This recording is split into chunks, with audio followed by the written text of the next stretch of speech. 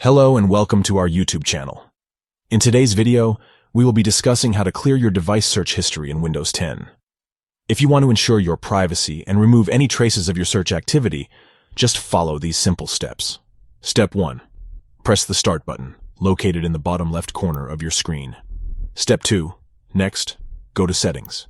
You can do this by clicking on the gear icon in the Start menu. Step 3.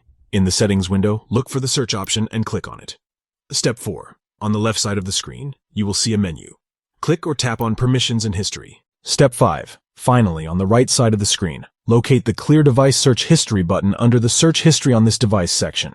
Click or tap on it. And there you have it. Your device search history has been successfully cleared. Remember, clearing your search history can help protect your privacy and ensure that your search activity remains confidential. Thank you for watching this tutorial on how to clear your device search history in Windows 10. If you found this video helpful, please give it a thumbs up and subscribe to our channel for more useful tips and tutorials. If you have any questions or suggestions, feel free to leave them in the comments below. Until next time, happy searching. Don't forget to check out our other videos for more helpful content. See you soon.